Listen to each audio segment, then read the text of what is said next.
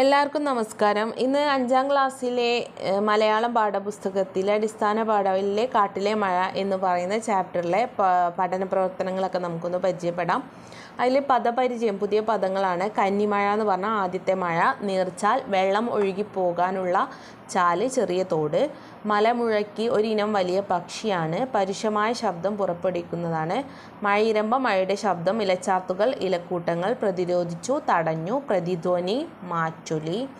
പിരിച്ചെഴുതുക: കരിയില കരി പ്ലസ് ഇല, തലയുയർത്തി തല പ്ലസ് ഉയർത്തി, ഇലച്ചാർത്ത് ഇല പ്ലസ് ചാർത്ത്, പുഴയോരം പുഴ പ്ലസ് ഓരം, പാറക്കെട്ട് പാറ പ്ലസ് കെട്ട്, മഴയിരമ്പം മഴ പ്ലസ് ഇരമ്പം, മഴത്തുള്ളികൾ മഴ പ്ലസ് തുള്ളികൾ.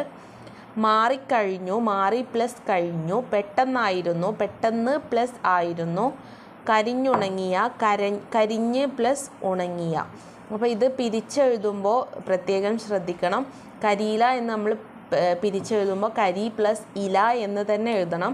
യാ ഇട്ട് വെള്ളി ഇട്ട് എഴുതിയാൽ അത് തെറ്റാണ്. അപ്പോൾ ഇങ്ങനെയാണ് പിരിച്ചെഴുതൽ പഠിക്കേണ്ടത്. കൂടുതൽ എക്സാമ്പിളൊക്കെ എക്സാമിന് വരികയാണെന്നുണ്ടെങ്കിൽ ഇതുമായി ബന്ധപ്പെട്ടിട്ട് നമുക്ക് ആലോചിച്ച് എഴുതാവുന്നതാണ്. അടുത്തത് കണ്ടെത്താൻ പറയാം. പുഴയ്ക്ക് ജീവന് വച്ചു തുടങ്ങിയിരുന്നു, മരങ്ങളിൽ നിലാവ് പെയ്തിറങ്ങിയതോടെ മഴയ്ക്ക് നിറക്കൂട്ടായി. കുറുമ്പ് കാട്ടുന്ന ആനക്കൂട്ടം കണക്കുമേഘങ്ങൾ. മഴക്കാട്ടിലുണ്ടാകുന്ന കാഴ്ചകളാണ് ഈ വാക്യങ്ങളിലൂടെ വ്യത്യസ്തമായി അവതരിപ്പിച്ചിട്ടുള്ളത്. ഇതുപോലെയുള്ള വാക്യങ്ങൾ പാഠഭാഗത്ത് നിന്ന് കണ്ടെത്തുന്നു. അവയുടെ ആശയം ക്ലാസ്സിൽ പറഞ്ഞവർക്ക് എഴുതുകയും ചെയ്യും. അങ്ങനെയാണ് പറഞ്ഞിട്ടുള്ളത്. പാഠഭാഗത്ത് നിന്ന് അതുപോലുള്ള വാക്യങ്ങൾ കണ്ടെത്തിയിട്ട് അവതരിപ്പിക്കാനാണ് പറഞ്ഞിട്ടുള്ളത്. പുഴയ്ക്ക് ജീവൻ വച്ച് തുടങ്ങിയിരിക്കുന്നു. കടുത്ത വേനലിൽ പുഴ വറ്റി വരണ്ട് കിടന്നിരുന്നു. എന്നാൽ ആദ്യ മഴ പെയ്തതോടെ പുഴയ്ക്ക് ജീവൻ വച്ചു. മെലിഞ്ഞുണങ്ങിക്കിടന്ന പുഴയുടെ വറ്റി വരണ്ട നീർച്ചാലുകൾ മഴ പെയ്തതോടെ ഉയർത്തെഴുന്നേറ്റു. മരങ്ങളിൽ നിലാവ് പെയ്തിറങ്ങിയതോടെ മഴയ്ക്ക് നിറക്കൂട്ടായി. ഇരുട്ടിൽ മഴ വെറും ശബ്ദം മാത്രമായിരുന്നു. നിലാവുദിച്ചതോടെ ആദ്യ മഴയിൽ കലങ്ങി മറിഞ്ഞൊഴുകുന്ന പുഴ നല്ലൊരു കാഴ്ച അനുഭവമായി. കുറുമ്പ് കാട്ടുന്ന ആനക്കൂട്ടം കണക്കുമേഘങ്ങൾ. ആനയ്ക്കും കാർമേഘത്തിനും ഒരേ നിറമാണ്.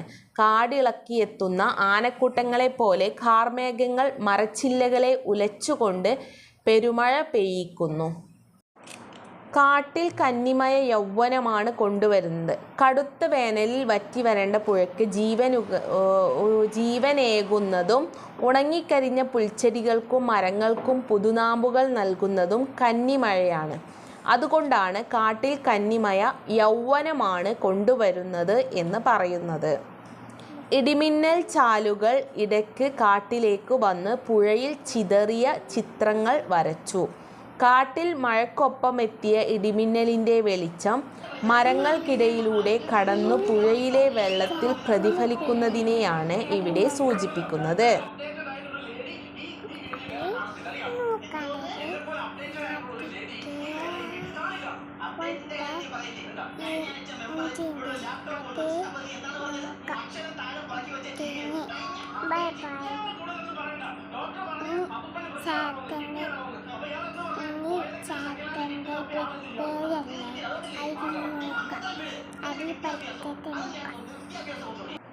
ഒറ്റയ്ക്കും കൂട്ടായും ഇരുൾ വീണു തുടങ്ങിയ കാട്ടിൽ ഒളിച്ചിരിക്കാൻ ഒരിടം കണ്ടെത്താൻ ഏറെ പണിപ്പെട്ടു.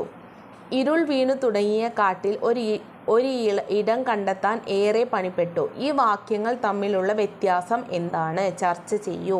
കൂടുതൽ ഉദാഹരണങ്ങൾ പാഠഭാഗത്തു നിന്നും കണ്ടെത്തി എഴുതുക. ഇവിടെ നൽകിയിരിക്കുന്ന 2 വാക്യങ്ങൾ തമ്മിൽ അർത്ഥവ്യത്യാസമില്ല. ആദ്യ വാക്യത്തിലെ ഒളിച്ചിരിക്കാൻ ഒരിടം എന്നതിന് പകരം രണ്ടാമത്തെ വാക്യത്തിൽ ഒളിയിടം എന്നാണ് പ്രയോഗിച്ചിരിക്കുന്നത്. ഒളിയിടം പ്രയോഗിച്ചിരിക്കുന്നത് എന്താണ്? ഒളിയിടം എന്നതിനെ പിരിച്ചെഴുതിയാണ്. ഒളിച്ചിരിക്കാൻ ഒരിടം എന്നത് ഒളിച്ചിരിക്കാൻ ഒരിടം, ഒളിയിടം. ഇത്തരത്തിൽ ചില പ്രയോഗങ്ങൾ താഴെ നൽകുന്നു.